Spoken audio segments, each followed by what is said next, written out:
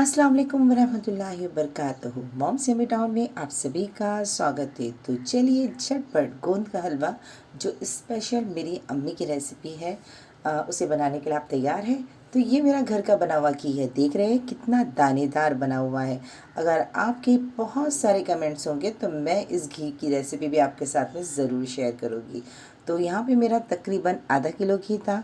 मैंने कढ़ाई को पूरा खुश्क कर लिया है, मतलब जो पानी था वो बिल्कुल सूख गया है, क्योंकि इसमें पानी बिल्कुल नहीं चाहिए। अब हम इसमें घी डालेंगे। यहाँ पे मैंने 2 कड़छी जो रहती है ना, वो भर के इसमें घी डाला है। आप अपने अंदाज़ के हिसाब से घी डालिए, क्योंकि मैंने इसमें आधा किलो ही घी का इस्तेमाल किया है, थोड़ा बहुत बच गया था। यहाँ पे 100 ग्राम मैंने गोंद लिया है। देखिए कितना क्रिस्टल फॉर्म में है, छोटे छोटे से है ये साइज़ में। अगर आपके पास बड़े हो तो आपके पास हमाम दस्ता या खलबत्ता हो तो उसके अंदर डाल के आप उसे कूट लीजिए, क्योंकि जितने छोटे छोटे रहेंगे तो कम घी में भी वो जल्दी फ्राई होगी। अब घी का टेम्परेचर चेक करने के लिए मैंने इसके अंदर गोंद का एक टुकड़ा डाल दिया है।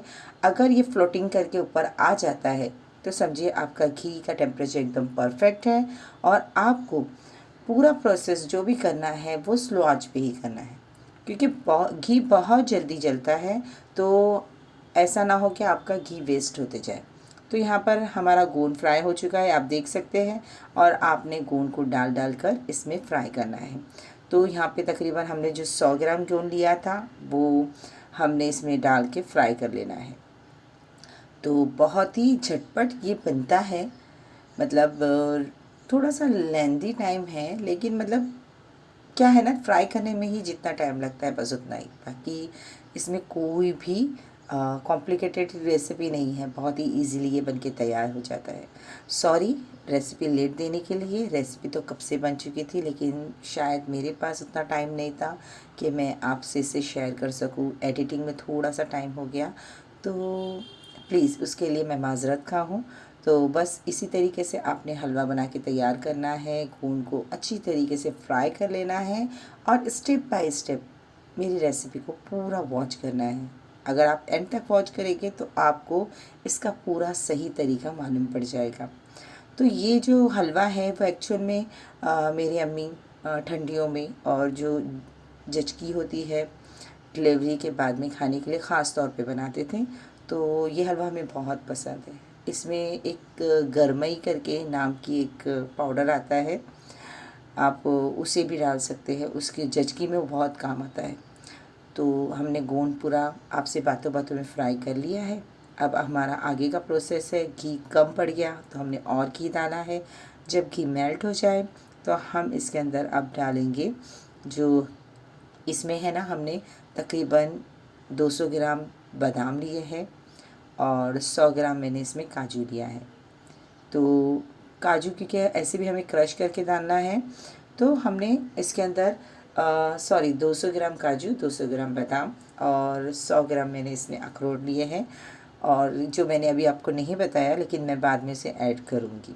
तो यहाँ पे मैंने 200 ग्राम फुल मखाना लिया है, लेकिन आप इसमें 250 ग्राम तक के फुल मखाना डाल सकते हो। मैंने यहाँ 200 ग्राम का इस्तेमाल किया है। अब यहाँ पर आपने इसे फ्राई कर लेना है। फ्राई करने का इसका अंदाज़ एकदम आसान है तरीका। जो आपने फुल मखाने को डाल दिया, फुल मखाना बहुत जल्द अपना कलर चेंज कर देता है। जैसे ही उसका कलर चेंज हो जाए आपने उसे निकाल लेना है। और इसी तरीके से आपने फुल मखाने को पूरा टोटल फुल मखाना फ्राई कर लेना है। आप देख सकते हैं बहुत ही जल्दी ये फ्राई होता है। नहीं तो आप सोचेंगे इसका कलर चेंज नहीं हो रहा है, ये क्योंकि बस हमें इसे फ्राई करके निकालना है ताकि वो हलवे में जब जाके पूरा सेट हो जाता है। तो यहाँ पर हमने इसी तरीके से पूरा जो 200 ग्राम फुल मखाना है उसे फ्राई कर लेंगे। फुल मखाना हमारी जोड़ों के दर्द के लिए, हमारी हड्डियों के लिए, पीठ के दर्द के लिए बहुत ही फ़ायदेमंद है। गोंद भी उसी तरीके का फ़ायदेमंद काम करता है। तो ये सब चीज़ों का इस्तेमाल हमें ज़रूर करना चाहिए। ड्राई फ्रूट्स भी हमारे लिए बहुत फ़ायदेमंद है। हमारे हेल्थ इशू जो भी होते हैं वो सॉल्व हो जाते हैं उसकी वजह से।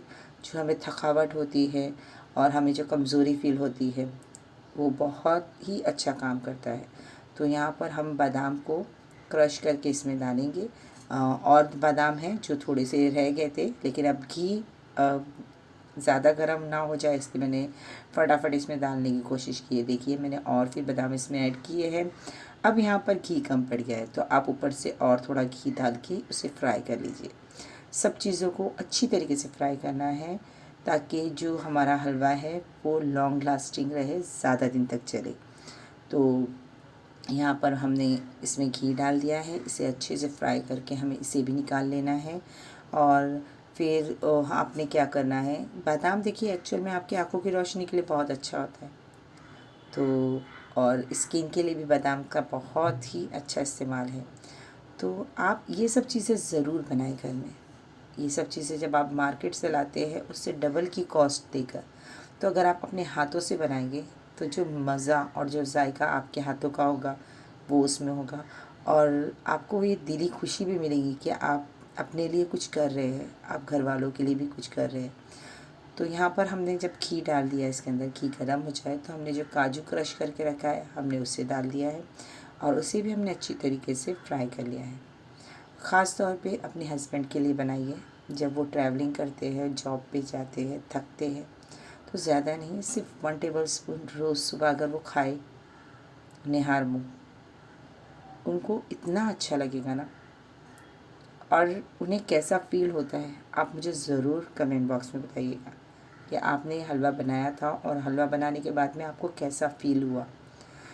और एक्चुअल में हमने जब ये खाते थे हम, तो जश्की में मेरी मम्मी बनाते थे, तो मम्मी हमको सुबह सुबह उठा देते थे, उठो पहले खाओ, खाओ और खाने के बाद में थोड़ी देर बाद फिर सो जाओ। फिर सोते थे, बोले बॉडी में बहुत अच्छा उसका रिएक्शन होता है, मतलब वो हमारे बदन को लगता है हमारी सेहत अच्छी होती है उससे। तो आप चाहे तो वैसा भी कर सकते हैं मेरी मम्मी के स्टाइल में। तो यहाँ पर मैंने नॉन स्टिक पैन ले लिया है क्योंकि हमारा फ्राई करने का सारा प्रोसेस ख़त्म हो चुका है। तो इसके अंदर है ना, आप जितने भी ड्राई फ्रूट्स है, फूल मखाने हैं, गोंद है, सबको वज़न कर लीजिए या अंदाज़न आप देख लीजिए। 1 किलो हो गया तो आप चाहे तो 1 किलो शक्कर डालिए अगर आप मीठा ज़्यादा खाते हैं तो, और अगर मीठा नहीं ज़्यादा खाते हैं तो 1/4 किलो शक्कर आप इसमें लेंगे। और आप इसके अंदर है ना, नॉर्मल जो हम चाशनी बनाते हैं ना, 1 तार की, 2 तार की, वैसे टाइप में चाशनी बनाइए। बहुत ज़्यादा आपको इसमें कोई प्रोसेस करने की ज़रूरत नहीं है, 3 तार की चाशनी तक ले जाना है, क्योंकि हमें हलवा बनाना है, हमें हार्ड नहीं करना है उसे। अगर आपको हार्ड करना है, चिक्की वगैरह बनाना है तो आप कर सकते हैं, ये भी आपके चॉइस के ऊपर है। यहाँ पर मैं नॉर्मल हलवा बना रही हूँ, तो यहाँ पर मैं नॉर्मल चाशनी बनाऊँगी। चाशनी जब बन जाए तो ये आपके लिए टिप है कि चाशनी साफ़ करने के लिए हम क्या करेंगे, इसमें लेमन के रस को डाल देंगे और उसके जो साइड में जो एक्सेस जो शक्कर में कचरा होता है, उसका मैल होता है, उसे निकाल लेंगे, क्योंकि वो हमारा टेस्ट ख़राब कर सकता है। और इसे निकालने के बाद में पूरी कढ़ाई में जो कॉर्नर में है उसे अच्छे तरीके से हम साफ़ कर लेंगे। और साफ़ करने के बाद में हम क्या करेंगे, हमारे जितने भी ड्राई फ्रूट्स, फूल मखाना है, वो सब हम उसके अंदर डाल देंगे। और ये जो ड्राई फ्रूट्स है, फूल मखाना है, ये और गोंद, ये सब है ना, बहुत ही इजीली इसके अंदर सोक हो जाता है जेली फॉर्म में। जैसे ही फूल मखाना तो पूरा सोक कर लेगा, लेकिन जब गोंद उसके अंदर जाएगा तो पूरा जेली फॉर्म में हो जाता है। अब बहुत ही टेस्टी लगता है यार, एक बार ट्राई तो कीजिएगा आप। मेरी रेसिपी में कोई भी ऐसा कट नहीं है कि मैंने कोई चीज़ आपसे छुपा के डाली है। मैं कोशिश करती हूँ कि वही चीज़ दिखाऊँ जो मैं बनाती हूँ, जो मैं खुद घर में खाती हूँ।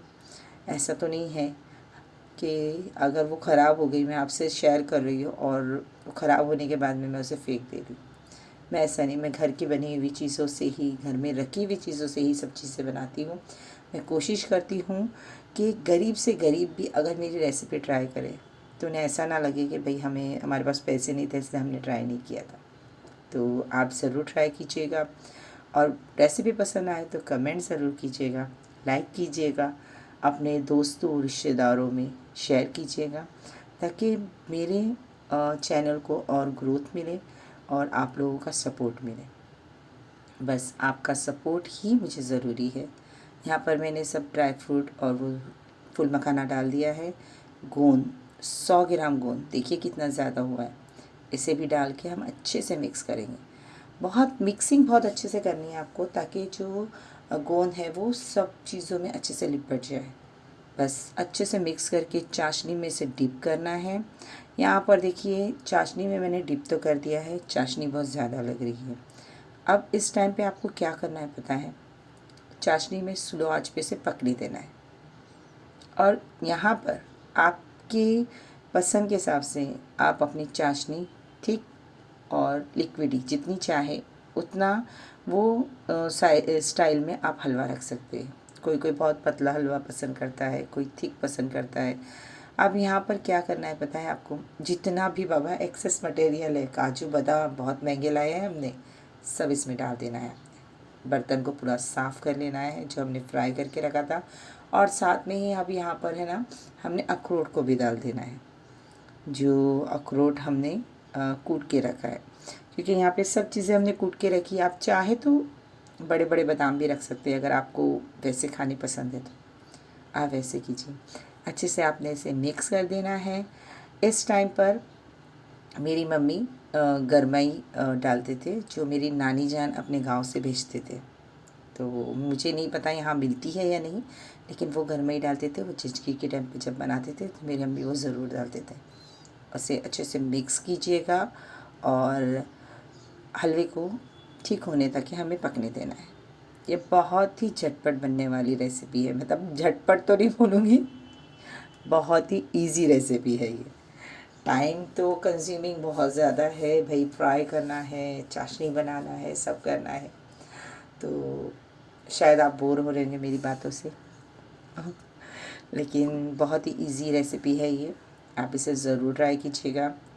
मेथी का हलवा, मेथी के लड्डू, बहुत सी चीज़ें हैं जो आपके साथ शेयर करनी है, लेकिन शायद टाइम और कुछ कॉम्प्लिकेशंस होती है जिस वजह से मैं आपके साथ शेयर नहीं कर पा रही। लेकिन इंशाल्लाह मैं ज़रूर, ज़िंदगी रही तो ज़रूर आपके साथ में शेयर करूँगी। तो ये हलवा आपको बस थिक होने तक ही पकाना है। देखिए कितना ज़्यादा ये थिक हो चुका है और ये तकरीबन यहाँ पर इस स्टेप पे बन चुका है। तो मैं थोड़ा टाइम इसका वेट करूँगी कि ये और जेली फॉर्म में होता है, इसलिए मैं थोड़ा सा इसे ठंडा करूँगी। आप अपने हिसाब से इसे कम या ज़्यादा थिक कर लीजिए। और अगर लास्ट में अगर आपको ऐसा लगता है कि आपका हलवे में थोड़ी स्मेल आ रही है तो उसे गर्म कर लिया कीजिए, हलवा ख़राब नहीं होगा। Thanks for watching. अल्लाह हाफिज़।